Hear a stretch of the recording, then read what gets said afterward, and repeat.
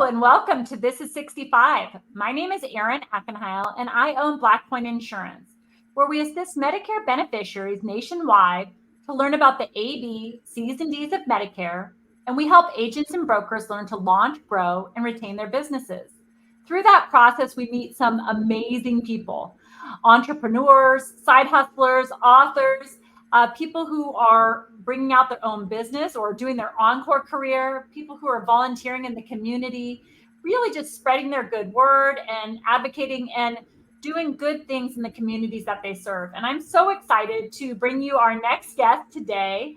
Ralph Dranow is a writer in his own right. He's a published poet. He's an article writer for magazines and newspapers. He's actually written 8 poetry books and a collection of short stories. But what's near and dear to my heart, and I know a lot of my listeners out there, is a lot of us like to be the author of our own story, right? Write a book and become publishable and have dreams of doing that. And what Ralph does is he actually coaches and trains people on poetry, and he helps to actually edit and support their writing to make it more publishable. And so I'm really excited to bring Ralph on, and he's going to be a really dynamic guest. So I'd just like to welcome to the show, Mr. Ralph Dranow. Welcome, Ralph. Thank you, Erin. So we're excited to have you on. It's near and dear to my heart because just alongside learning Spanish, which has been about a 40-year goal, I've got the author my own book, right? So those are the two things. And so I just think what you do and how you help and support people is incredible. And I'm looking forward to hearing more about that. But before we jump into everything, just tell me a little a little bit about yourself. What's your background, and have you been a writer all of your career? Well, I started writing. I knew when I was 7 years old that I wanted to be a writer. How? So that was very clear. But the thing was that I lacked the confidence, so I kind of dabbled. I didn't start writing seriously till my early 30s. And my first writing project really was a novel. I wanted to write a novel about the Bronx the East Bronx where I grew up. So that was my first big writing project. And excuse me, after that, it took me several years to write. It was challenging because I struggled at first with the discipline, but I find as I went along, I became more relaxed with it, and it took me several years. And then I started writing short stories and put out a short story book. But after a while, I realized that what I really wanted to write was poetry. My first wife was a poet, and I loved going to readings and hearing poets read because they had this instant connection with their audience, which was harder to do with writing prose. And so I really longed to write poetry, and I finally got to do it in later in my life, around the time I was 50. And it was after my first wife and I got divorced, and I had the emotional. You had something to offer in that poetry. What's that? You had something to offer, a story to tell with your poetry, right? Yeah. Well, I guess being divorced can be a difficult time, but it kind of shook me up emotionally, and I was able to start writing poetry for the first time because I needed to process what was going on with me, and it wasn't very good at first. But that's the point. That's what I want to tell people who want to write that just get started. It doesn't have to be great, but and just write about what's happening around you. And so I started writing poetry right around the time I was 50, and then that became my passion. And I also wrote some articles, but mainly it was poetry. Right. That's So I've been doing wonderful. that for the. So I have to take you back a step, Ralph. So I have to know, how does a 7-year-old know he wants to be a writer? So take me way back. What made you know that you wanted to do that? And what got, you said you had a lack of confidence, but I'm just guessing, like, what took you off track towards that goal? So I'm kind of curious about that. Well, it was my grandfather was a poet, and maybe that influenced me because I was admiring what him and what he did. Um, but it just was an intuition that just came to me. It was just kind of this sense, that sometimes people have this sense of calling, like Calling, this is what right? I'm supposed to do. 100%. Yeah. And what So was the what second part of your Well, I was question? curious about the barrier. You said it took you to your 30s to kind of gain that confidence. So between Yeah. 7 and 30, that's a lot of years. What was going on in there? And, how did you kind of squelch the need to write, and how did you spark it up again? Yeah. Well, I in college I wrote became a sports writer for the college. This is kind of an amusing story, but I hadn't really learned how to write yet, and so I tried to use a lot of big words and be funny, um, and every time I wrote an article, like I'd write this big um, what I thought was impressive article, and the editor would severely cut it. And after a while, I thought, my, I didn't really know what I was doing. My ego got hurt. I thought, what is he doing to my articles? And so I quit after a while because I thought, this isn't right. But also part of me knew that I didn't know what I was doing, and my articles were overwritten and pretentious. So there was that. And then later I took a writing class in New York City, and I tried to imitate my idols, Thomas Wolfe and D.H. Lawrence, but I was still overwriting. And the teacher told me that. He said, you need to kind of hone your writing down. You don't need to use so many words and get the point across. You can get it across with fewer words. So I was still in the process of learning, Right. and Developing the skills. but the urge to write kept on building up. And then in my early 30s, I thought now is the time. I finally felt now is the time to really get serious. Right. That's awesome. And you talk about poetry really becoming your true passion, which you didn't even get to really till your 50s. And why do you think you're so passionate about poetry specifically?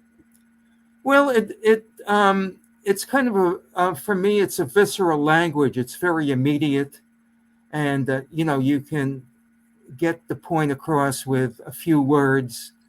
Um, like with prose, I would write these long stories, and with poetry, I could get to the point really quickly. And also, I would use sensory language, so the language would be evocative, Right. and and um, I like to tell stories with my poetry, so I could kind of tell a story briefly and get the point across with just a few words. So that was very appealing. I didn't have to take a long time to write this. I could write it Right. in instant A day or two. gratification, right? It's there. The irony of this is not lost on me, Ralph, that earlier in your career, you were accused of overwriting, and then you were found it appealing to write poetry that didn't require as many words. So it's just kind of a full evolution of your writing style. So I love it. Yeah. So Ralph, tell me a little bit about your business, right? So I know you have a business of writing right now. How do you help your clients move to the next level with their writing and become more publishable? Well, I I've had clients of different levels. I mean, some I've had people who are excellent writers, and I don't. Well, let's say some people need a lot of line or copy editing, like their grammar may or punctuation might be off, so I have to do a lot with that. And then maybe they use a lot of extra words, or the writing is confusing, or that needs more explanation at certain points. So all these types of things to help the writing flow better. So and but then with excellent writers, sometimes I look for maybe one or two small things that could really move their writing forward. Like with one person who's a great writer, um, I told him maybe using some dialogue would help because he wasn't using any dialogue and he was trying to write a memoir, but it seemed like it lacked something. And Right. also I told him you're writing about a subject that you are passionate about, but how did you learn all this? Who were the people who influenced you? So Give that the helped them. backdrop, give the setting and the backdrop, and make it more Yeah, engaging. So right. yeah, fantastic. So, one of the things I'm wondering, you've gone down both paths, right? You write, you've written all kinds of poetry, different other works, and you've done a lot of coaching, let's call it training, teaching, whatever the right word is. What do you think you enjoy more? You mean the writing or the editing and coaching? Right. Um, well, I would say usually my own writing, but I would. The exception is I've had certain projects where I felt a real connection with the person, and that what I was doing was making a big difference. Like um, two situations I can think of. This one woman, an Asian woman, older woman, um, was an accomplished artist, but she always had the dream to write a book. And she had won awards with her artwork, but she really wanted to write a book. And she had written some poetry, and it was interesting. It was good, but it needed work. So what she'd do would be to send me 3 poems every week, and I'd edit her poems, and then we talk on the phone, and I would give her very detailed um, comments on the poems, and she was very motivated. She'd write them down and revise her poems. And after she had about I don't know, maybe 30, 35 poems, she felt she was ready to do the book. And so my wife helped her with the self publishing. And so she put out this beautiful book with about 35 poems and her wonderful artwork. And her parents had owned a restaurant in Chinatown, and she had worked in the restaurant. And so uh, her drawings and paintings in the book were about often about scenes in Chinatown, and they went along with her poems. And then she did some readings and sold a bunch of copies of her book, and she was thrilled.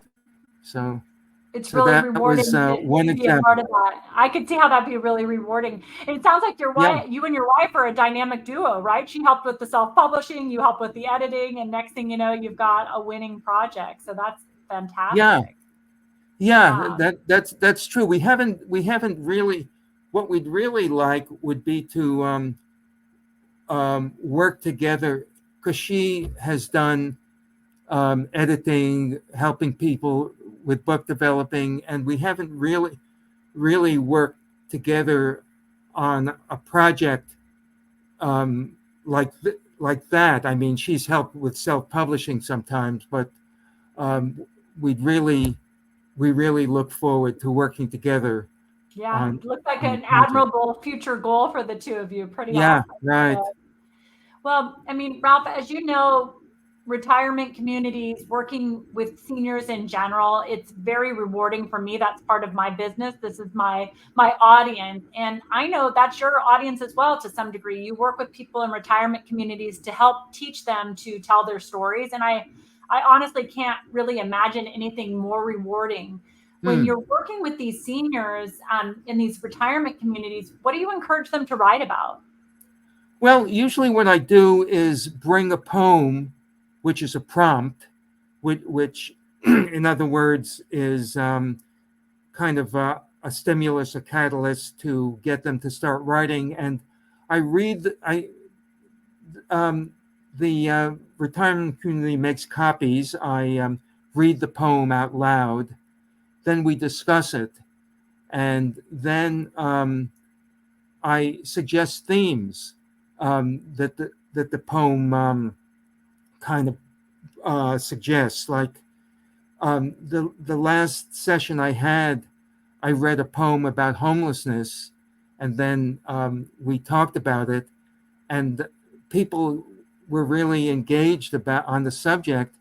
And then I suggested um, you could write a poem about how you feel about homelessness, how you deal with situations when you see a homeless person, or you can write about homes you've had and how how you feel about um, that. And so then people wrote different things about the subject of homelessness. So each time it's a different um, theme or subject, and people write differently. Sometimes it's very personal. Sometimes people prefer writing about something that's not so personal. So it varies. Right.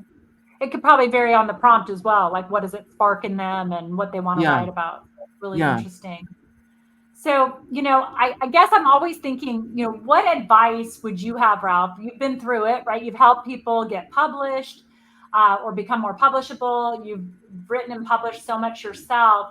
What advice would you have for the wannabe authors that haven't started yet? What would you say to them? I would say to them, I know that poetry intimidates a lot of people because they think, oh, it has to be profound and philosophical and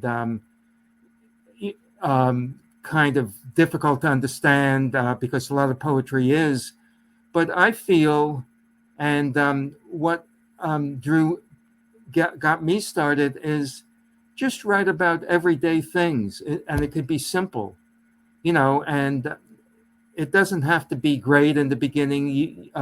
You'll get better as you go along, but just write down something. And um, also, it helps to get some support, like maybe share it with someone who maybe is a little more experienced, who might be able to help you. Writing groups can help.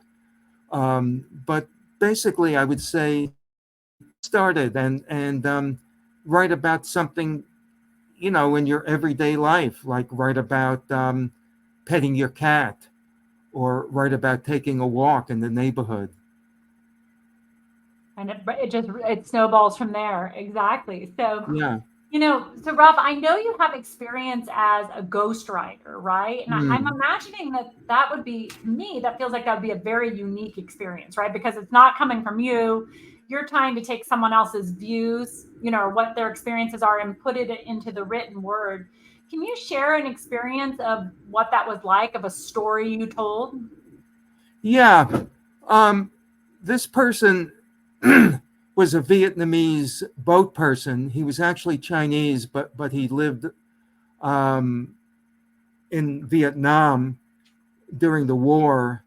And when he came to me, um, a few different people had worked on the project, and it was needed to be finished. It was maybe about I don't know, 2/3 or 3/4 finished, but he needed someone to complete it. So what I did was interview him a couple of times, and then I got enough information to fill out the rest of it. It was a very interesting and poignant story. He left Vietnam when he was 12 years old, and on the boat, pirates attacked the boat, and a lot of people were killed. And somehow he survived this horrific experience and ended up in a refugee camp in Malaysia. Wow. And eventually, he had a brother who was already in the United States. So he wanted to come to the United States, and then he came. And then, as he rode a Samtrans train, he evolved this dream. He wanted to become a Muni driver, and that was his dream. And so, basically, I wrote his story about coming to America and realizing his dream of becoming a Muni driver, because his dream was to help people. His father was a Buddhist. His father was a healer, and his father helped people, often uh, healed them for free, treated them for free. And so his dream was to be nice to people, help seniors. So, and it was a stressful job. It's a stressful job too. It And is. he talked about that also. But um, so I ended up writing the last part of his story about getting married, having children, becoming a mutiny driver, an American citizen, and all of this. You brought all the dreams come true, right? You got Yeah, to bring it all together. That sounds pretty incredible. yeah, What an experience. I really feel like it's almost a big responsibility to be a ghostwriter, right? You're really taking on someone's story and trying yeah, to make those connections. So that's pretty cool. And it's interesting that it kind of bounced around a little bit and you were the one to bring it home. So that's pretty interesting. yeah. So, Ralph, when you think about like your vision, how would you describe your vision, your mission? What would you say? Um, well, I would describe my vision and writing as, and also with helping other writers, as touching readers' hearts. In other words, writing in a deep feeling way that reaches people, that moves them, whether it's um, compassion for a sad situation, or whether it's seeing. I have a phrase that I use on my website: the poetry and beauty of everyday life, because life has a lot of suffering and pain, and one of the objectives of my own writing is to not ignore that, but to find the beauty and the poetry in everyday experiences also, inside of all that hard stuff. So, Right. so that's my vision, and also to help other writers touch their readers' hearts with writing that um, is evocative and is able to communicate with people, engage them. Right. You know, you're really inspire me, Ralph. It's very inspirational what you're saying, and just being able to see some of the good while not ignoring the bad and that type of thing, and really bringing those stories to life. How do you think poetry accomplishes this in a way that maybe a novel or a longer text wouldn't quite capture? What does poetry do that's a little bit different? Um, well, as I was saying earlier, it gets the point across quickly using fewer words. I would say that sometimes I read poetry of that's published, and sometimes of well-known poets, and I think this is too long. They could have said it in a shorter way. So I like. My wife teases me. She says I'm a minimalist, but I like to get the point across in as few words as possible, and also, so that makes each word count, and to use fresh language is important. I think, Absolutely. like using language that isn't cliched or trite, but makes an impact. So I think Right. that's important too. I And feel like sensory people only language. have so long of an attention span as well, right? So you really have to get to it to kind of Yeah, get it across, definitely. right. So, well, when I think of my audience out there, people listening, I'm sure there's people that are thinking, I've been working on my writing. I need some help. So, Ralph, how will people get in touch with you if they wanted to contact you to see if they could work with you directly? Yeah, well, thanks for putting it out there. Yeah, my email is my name, Ralph Dranow, RalphDranow at yahoo.com. And my website is www.ralphdrano.net. Perfect. So either Well, one of those will be a way to contact me.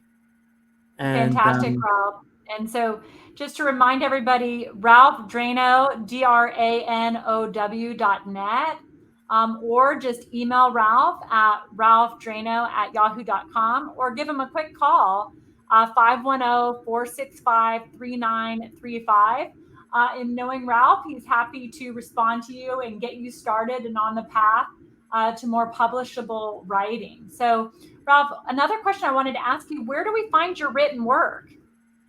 um, well, you can email me, and I can mail you a person a book, or they could order it from my website. There's a way Fantastic. of ordering it from my website. Fantastic. So, everybody here who's interested in reading these short stories or these poetry books that Ralph has published, please visit his site at www.ralphdranow.net. I'm sure you'll be glad you did and get some inspiration. We really appreciate it. So, Ralph, this has been incredible to learn a little bit about you and the work that you do. If you were to just leave the budding authors out there with a bit of advice, maybe talking to your 20-year-old self before you got inspired and took some coursework and started writing in your 30s, what advice would you give? I would say don't be intimidated. Get started. It doesn't have to be great. Um, as I was saying before, it can be simple. It can be about everyday stuff. But if you want to write but you feel held back, um, don't wait till you're in your 30s. You can do it a lot sooner. And if you need support, take a class. Um, that there are all kinds of ways that you can get help and support. So do that, and don't don't wait for a long time. Fantastic advice, Ralph. And you're really an example of somebody who put their passion and action together to really do something big and meaningful. So that's awesome. And I just feel like the advice that you're providing applies to everything. Get started, get moving, take a step, right? And so you could probably Yeah, apply that to any area of your life along with writing. So this has been fantastic. I just appreciate the work that you're doing in the senior communities out there, and all the word that you're bringing out to the masses. So I really appreciate you being on, Ralph, today. And it's been great getting to know you better. And just want to remind everybody, please visit Ralph at www.ralphdranow.net. I know he'll be glad to hear from you. You can get copies or orders of some of his works, get more information on getting help with your writing, and I'm sure get some inspiration to get you started. So, Ralph, thank you so much for joining today. It's fantastic getting to know you, and I appreciate getting to learn more about the work you do. Thank you, Erin. This has been wonderful. Thank you.